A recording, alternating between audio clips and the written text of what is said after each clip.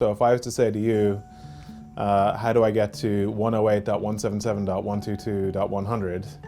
A computer would know what that means, but you don't know that I'm saying that's how you get to google.com.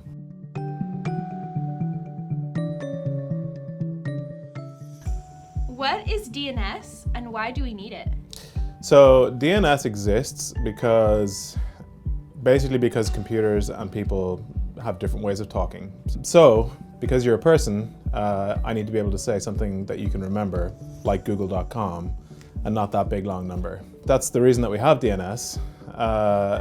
It introduces a problem because you're introducing a service there that you need to be able to trust. And so therefore there needs to be an authority, there needs to be a way of saying the person that's answering that question of converting the number to the domain name, I need to be able to trust that person.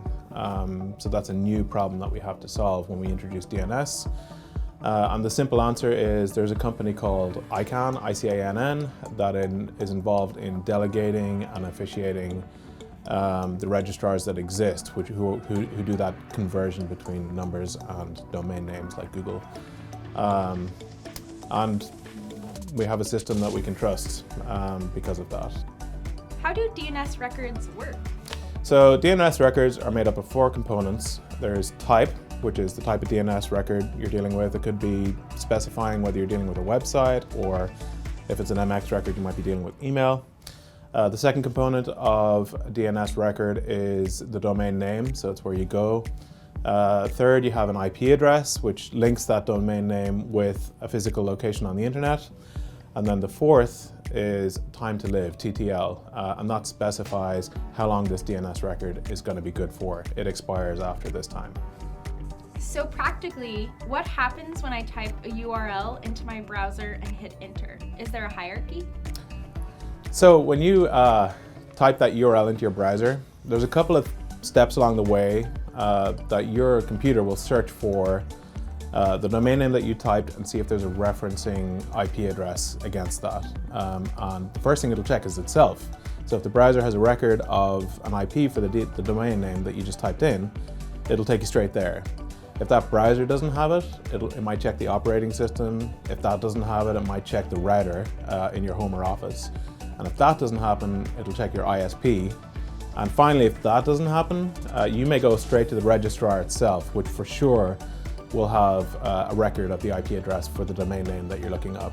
It's kind of like if you're looking for directions, you might ask a local who may or may not know where you're going, but there's more and more people that you can ask. Eventually you can end up in the post office, and that person for sure will be able to tell you how to get to where you need to go.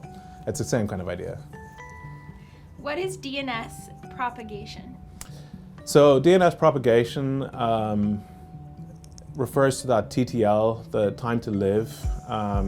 So because there's all this caching of DNS records, those records need to expire at some point. So basically, if your website changes from one server to another, and you have a cached version of that IP address for the website, basically you need to find a way to say, look, you need to recheck this because where you're pointing right now is pointing to the wrong place. So time to live really just says, like, this record's good for 5 minutes, an hour, a day, and what that means is after that period of time, it'll go ask the registrar again, hey, what's this domain name? Where does this IP go? And it'll provide an answer. What are some other tools to include in a website arsenal? So you can go straight to icann.org. You can run what's called a whois check. So basically, I can say, who is this domain? And it'll give me a whole bunch of information, including the registrar for that domain and the IP address. Another useful website is mxtoolbox.com, which there's a whole bunch of checks you can do on there too. I really find that one useful. Awesome. Any final thoughts? Yes.